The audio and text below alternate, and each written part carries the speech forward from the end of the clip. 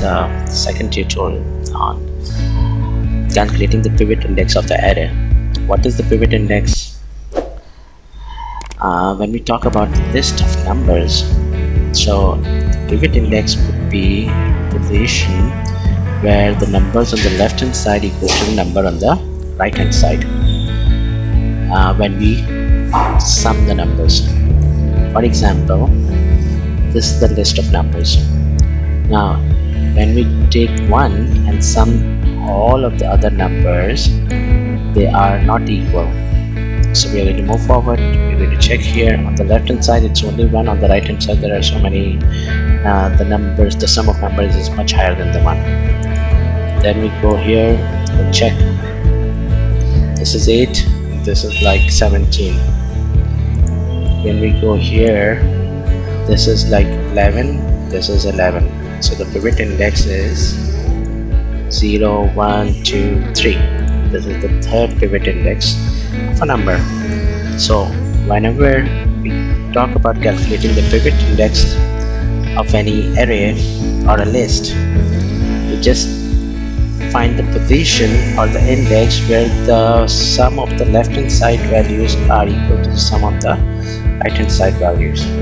Okay, so if we are looking to write it down in terms of its description, it would be like this: sum of all the numbers strictly to the left is equal to the sum of all numbers strictly to the right. If index is on the left edge, for example this, then it should always be on 0 and the right should always be something. So there is no pivot index for this case, in this case. And if the index in the right is the sum of numbers is 0, as there are no numbers. So if we take about this, so there are no numbers, it should be 0. Okay, so let's create a function in order to calculate this. So in the next line, we create a function pivot index. We'll take num as its argument. Num is the list, it could be any list, and then we're going to calculate. Now what would be the algorithm to calculate this? So just think about it. We are looking to calculate the sum on the left hand side should be equal to the sum on the right hand side. So first of all, I think we need to calculate the total values, and then we are going to subtract from the total values this value. Okay, and check out if these are equal to, for example, 0 in this case. Not equal, we are going to move forward. We are going to take this value and we are going to from the sum of all, we are going to subtract these two, and like this, so on and so forth. So in order to achieve this, we need to first calculate total values,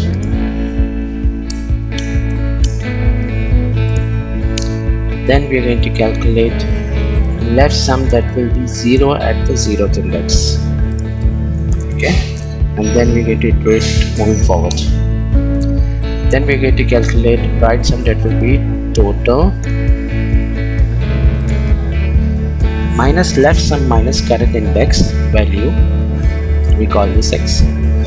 So for example, if we are at this point, we're going to calculate total, we're going to minus this and minus current value and going to compare it with this values. So first of all, we're going to calculate total equals to, so we're going to use the function sum and going to calculate sum of the list num. Then we're going to move forward. Left sum initially would always be 0 at the first 0th index. Now we are going to loop through values to compare right and left values. Okay, so now we are going to loop through values to compare right and left values. Okay, so and we're going to how we're going to do this, we're going to enumerate the list num. This will give us the index and value of all the items in this list. So for I comma x in enumerate, we're going to enumerate num. Okay, and then we are going to check if left sum equals to, we have the total values. In that we're going to subtract current index value, that would be x, minus we're going to subtract the left sum value. Okay, so when we, okay, I forgot to put 1. Okay, and then if this is true, we're going to call out pivot index is, and we're going to return format, and this will hold the index of the position would be I. Okay, okay, and if it is not, then we're going to add value in the left sum, and what would be that value? That would be x, current index value. And if there is no pivot, then we're going to return there is no pivot index. Okay, now let's test this function with initially the num.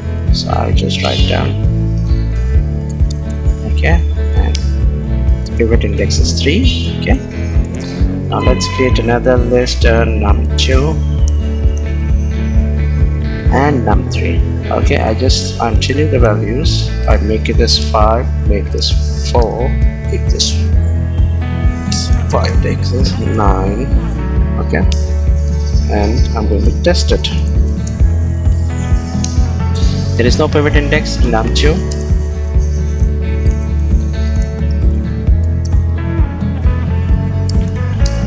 There is no pivot index. Okay, so if I just turn these to, for example, this is 1, okay, and I turn this to -1 and also a 2 here. So now let's try again.